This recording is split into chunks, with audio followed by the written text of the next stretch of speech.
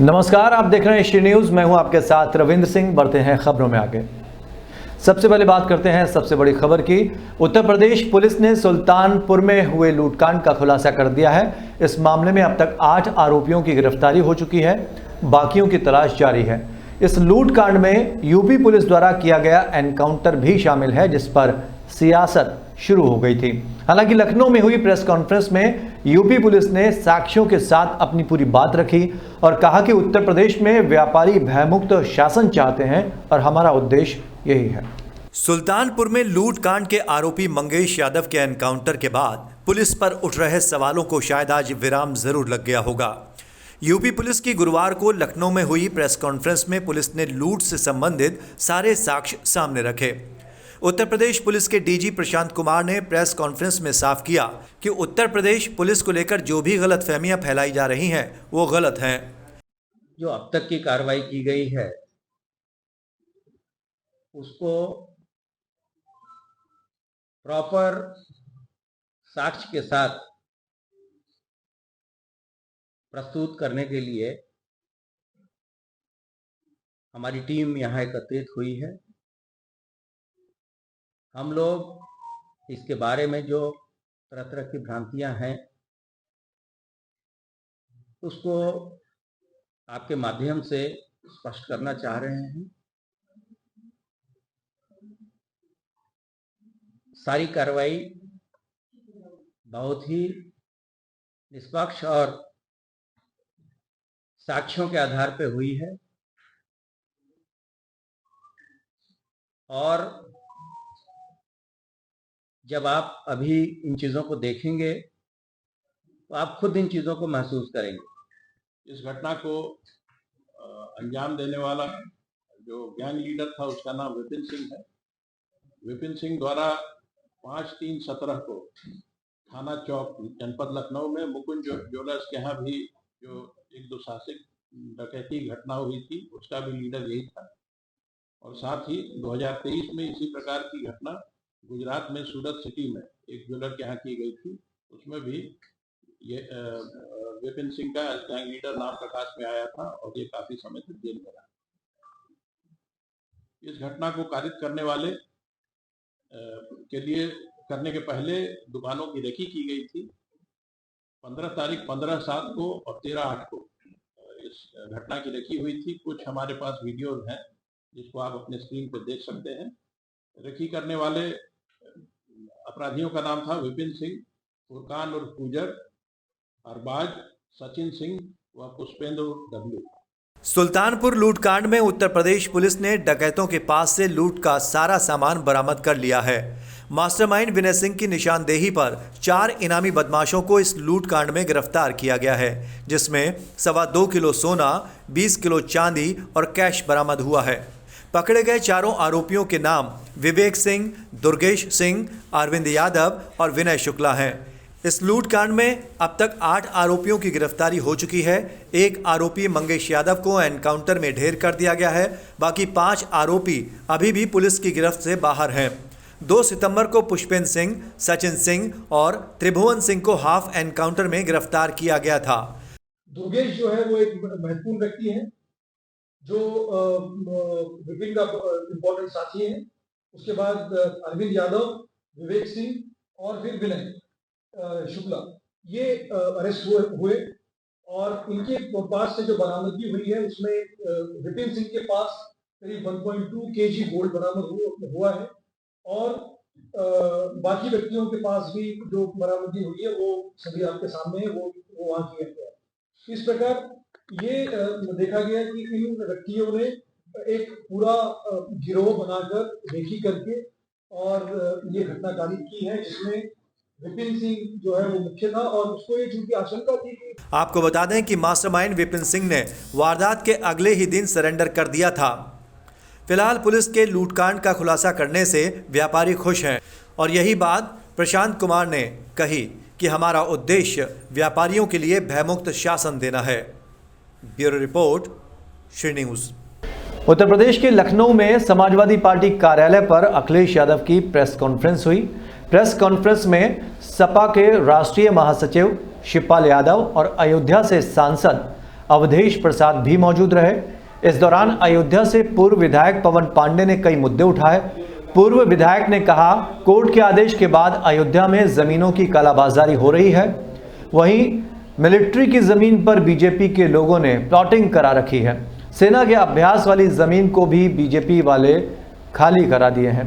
सेना के जवान अब अभ्यास कहां करेंगे? वहीं अखिलेश यादव ने बीजेपी को लेकर कहा, अयोध्या की जनता इस लुटेरी सरकार से त्रस्त हो चुकी है। और जहां पर फायरिंग रेंज थी, जहां पर आर्टिलरी या और अभ्यास के लिए इस्तेमाल जमीन होती थी, उस जमीन को भी इन्होंने भारतीय जनता पार्टी के लोगों ने बेच दिया।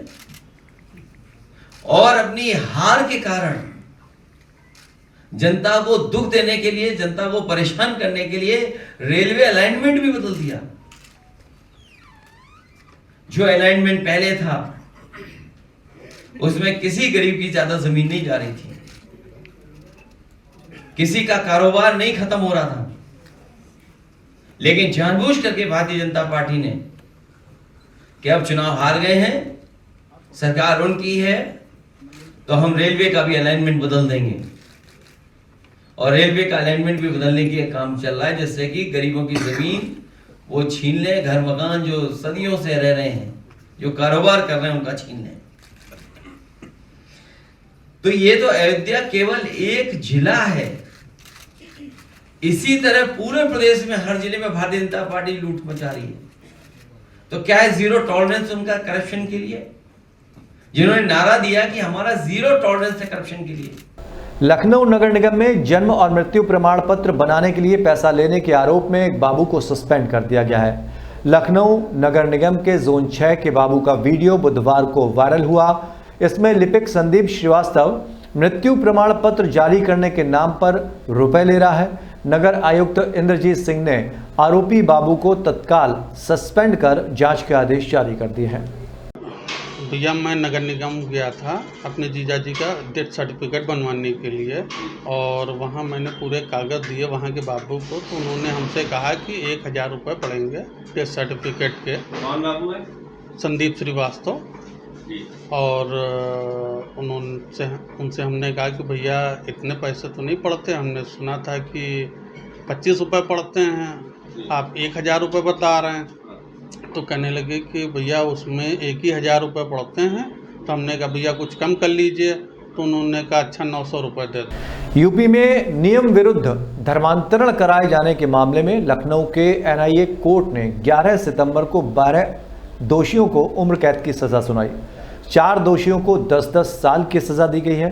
कोर्ट के फैसला सुनाते वक्त सभी दोषी कोर्ट में मौजूद थे। नियम विरुद्ध धर्मांतरण मामले में ये पहला मामला है जिसमें एक साथ 16 लोगों को सजा दी गई है।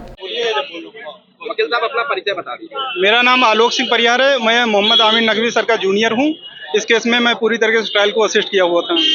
क्या अभी तक कोर्ट का फैसला आया? कितने लोगों को क्या? कोर्ट का फैसला सर 17 अक्यूज टोटल बनाए गए थे आरोप पत्र में, जिसमें से 16 लोगों पे आरोप सिद्ध हुए हैं और बाकी 1 लोगों पे अभी स्टे चल रहा है। जिसमें से 16 लोगों में से 12 लोगों पे उम्र कैद की सजा व अर्थदंड सुनाए गए हैं अलग अलग धाराओं में, और बाकी 4 लोगों में मैक्सिमम 10 साल की सजा व अर्थदंड सुनाए गए हैं। 4 लोगों के क्या नाम? 4 लोगों में मोहम्मद सलीम, कुणाल अशोक चौधरी, राहुल भोला व मन्नू यादव, जिसमें से राहुल भोला मन्नू यादव मूक बधिर थे। जिन पर सजा सुनाई गई बताया जा रहा है कि उसमें कुछ मूक बधिर भी हैं। हाँ, मन्नू यादव, राहुल भोला व एक सदा।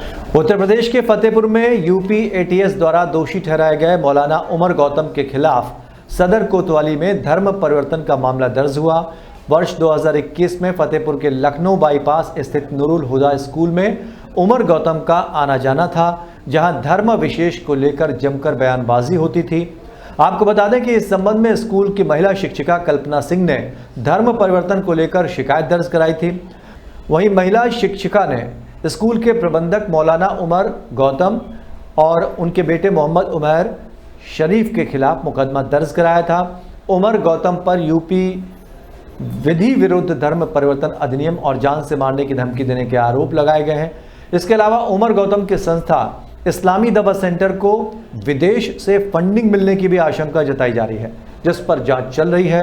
उमर गौतम धर्म परिवर्तन से जुड़े आए दिन भाषण देता रहता था। मुकदमा दर्ज करवाया था, उसमें कौन कौन लोग नामजद थे और अब उसमें क्या हो रहा है? देखिए इसमें एक प्रबंधक थे मोहम्मद उमर शरीफ, मोहम्मद उमर गौतम उनके बेटे हैं, और उमर गौतम वो जो अभी पकड़े गए जिसने भाग लिया, और उमर शरीफ उनके बेटे। अब क्या हो रहा है? अब इस वक्त देखिए हमारे टाइम में तो हमने जो दर्ज करवाया था तो प्रशासन ने मुकदमा दर्ज किया और चार्जशीट भी लगा दिया। चार्जशीट लगाने के बाद कोर्ट गया, कोर्ट में क्या आदेश देती है उस हम भी वेट कर रहे हैं उसी का, कि जो आदेश होगा हम स्वीकार करेंगे और हम अपने कदम जो बढ़ाया उससे पीछे हटेंगे नहीं और जीतेंगे जरूर अपने। ठीक। हरियाणा में कांग्रेस पार्टी के वरिष्ठ नेता और पूर्व मंत्री कैप्टन अजय यादव ने अपने बेटे चिरंजीवी राव के समर्थन में रेवाड़ी के शास्त्री नगर में प्रचार प्रसार शुरू कर दिया। प्रचार प्रसार के दौरान कैप्टन अजय यादव ने कांग्रेस की नीतियों और घोषणा पत्र के बारे में बताते हुए कहा कि कांग्रेस के समय में हरियाणा पर 75,000 रुपए का कर्जा था, मगर बीजेपी के आने पर 4.5 लाख का कर्ज हो गया है। वहीं उन्होंने कहा प्रदेश में कांग्रेस की सरकार बनने पर बीजेपी द्वारा खोले गए सभी पोर्टल, अग्निवीर और कौशल विकास जैसी योजनाओं को बंद किया जाएगा। हमारी तरफ से 500 रुपए में आपको सिलेंडर दिया जाएगा। वहीं इस अवसर पर वाल्मीकि कॉलोनी के गढ़वाने लोग भी मौजूद रहे। देखिए 5 अक्टूबर को जनता ने निर्णय ले लिया है कि इस बार कांग्रेस की सरकार आ रही है और रेवाड़ी में लक्ष्मण यादव को टिकट दी है भाजपा, और कोई आम आदमी पार्टी का है, कोई बगैर टिकट के लड़ रहा है। लोग कह रहे हैं कि हम सबको नकार देंगे। इस बार केवल हाथ के निशान के लोग जानते हैं। शास्त्री नगर में यहाँ पर गरीब आदमी रहते हैं, सारी कॉलोनी अप्रूव होगी और गरीबों की केवल कॉलोनी छोड़ दी। हम 50 गज के प्लॉट इस बार फ्री देने वाले हैं। जो शहरों में जो यहाँ पर कमेटी की जगह में अगर किसी का मकान बन रहा है उसको वहाँ अलॉट करा देंगे, अलॉट करके इस कॉलोनी को अप्रूव करा देंगे। सीवर डलवाएंगे, पानी की व्यवस्था करेंगे, सड़कों की व्यवस्था ठीक करेंगे और sewerage, property ID, family ID समाप्त, कोई प्रॉपर्टी आईडी इनको फैमिली। गैस का सिलेंडर 500 रुपए और 300 यूनिट बिजली फ्री और 25 लाख का जो भी कोई बीमार होगा 25 लाख तक कोई खर्चा कर सकता है। हरियाणा में नामांकन के आखिरी दिन भी नामांकन करने प्रत्याशी पहुंच रहे थे। वहीं बावल विधानसभा क्षेत्र से डॉक्टर कृष्ण कुमार ने भाजपा से अपना नामांकन दाखिल किया। डॉक्टर कृष्ण कुमार का नामांकन करवाने केंद्रीय मंत्री राव इंद्रजीत सिंह पहुंचे थे। इस खास मौके पर केंद्रीय मंत्री राव इंद्रजीत सिंह ने कहा बावल विधानसभा क्षेत्र से डॉक्टर कृष्ण कुमार की जीत का भरोसा है। वहीं भाजपा के संस्थापक सदस्य रहे रामविलास शर्मा की टिकट काटे जाने के सवाल पर राव इंद्रजीत सिंह ने कहा कि मुझे नहीं पता पार्टी ने क्यों ये टिकट काटी है। भाजपा ने जिस व्यक्ति को टिकट दिया वो रामविलास शर्मा का सहयोगी है। नामांकन के बाद डॉक्टर कृष्ण कुमार ने बावल की जनता पर भरोसा जताते हुए कहा कि मैं यहाँ पहले भी काम कर चुका हूँ। कोरोना काल के बाद भी मैंने रेवाड़ी में अपनी सेवाएं दी हैं। बावल और रेवाड़ी मेरे घर के जैसा है। में डॉक्टर कृष्ण कुमार को एक सीनियर डॉक्टर और डायरेक्टर हेल्थ देना मंजूर किया है। आज डॉक्टर साहब का उन्होंने पर्चा भरवाया है और आने वाले समय के अंदर उनके लिए हम प्रयास भी करेंगे कि बावल से भारतीय जनता पार्टी का कैंडिडेट एक बार फिर जीत करके निकले। इनका गांव बटेड़ा है, खोल ब्लॉक के अंदर रहने वाले हैं। इनके पिताजी बीडीओ साहब हुआ करते थे और उनका नाता इस क्षेत्र से बचपन से ही रहा है। मैं उम्मीद करता हूं कि इलाके के लोग उनका सहयोग करेंगे। Thank you. आज मैंने भारतीय जनता पार्टी की तरफ से नॉमिनेशन फाइल किए हैं। तो भारतीय जनता पार्टी ने और अपने हमारे यहाँ के बड़े ही कदावर लोकप्रिय नेता राव इंद्रजीत जी उनके अपने सहयोग से ये टिकट प्राप्त हुआ था। तो खुद वो नॉमिनेशन समय में आए थे और एक हमारे बीजेपी से राजस्थान के भी अच्छे स्टेट लेवल के मिनिस्टर भी आए थे। तो उन्हें मैं नॉमिनेशन फाइल कर दिया है। तो मैं सभी बावल की जनता से अपील करना चाहूँगा, क्योंकि मेरा तो गृह जिला भी है और बतौर में सिविल सर्जन इसी जिले में नहीं, मैं काफ़ी जिलों में काम भी कर चुका। तो यहाँ मैं करीब 4 वर्ष कोविड से पहले कोविड के बाद भी रह चुका, तो मेरे लिए कोई नई चीज़ नहीं। पूरा ज़िला इसकी ज्योग्राफी से मैं भली भांति परिचित हूँ और जितनी भी लोगों से मेरी सेवा हो सके उतनी करूँगा। और हर समय मेरे गरीब हो, किसी भी तरह के लोग, मेरे दरवाजे हमेशा खुले रहेंगे। और जितने भी बावल की विकास कार्य हैं, किसी भी तरह के स्वास्थ्य हो, शिक्षा, एजुकेशन और अपने जितने भी आपके जैसे BPL से रिलेटेड चीज़ें हों, आयुष्मान भारत, तो सभी के सभी कामों के लिए मैं प्रयास करूंगा।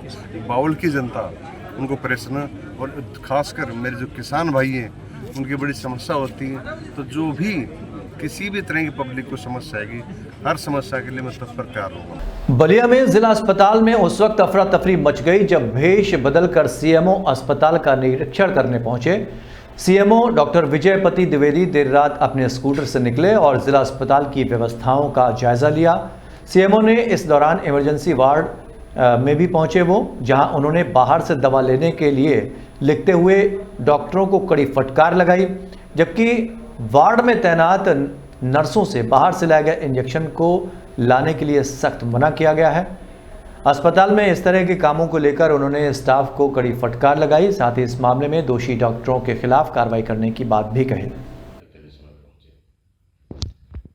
तो ये उद्देश्य क्या था कि जनपद में क्या बेहतर स्वास्थ्य सेवाओं के लिए उद्देश्य था, या अच्छी से अच्छी भरपूर मात्रा में गुणवत्तापूर्ण दवाओं की उपलब्धता के बावजूद भी कुछ चिकित्सक बाहर से दवा प्रिस्क्राइब करने का मोह नहीं छोड़ पा रहे थे।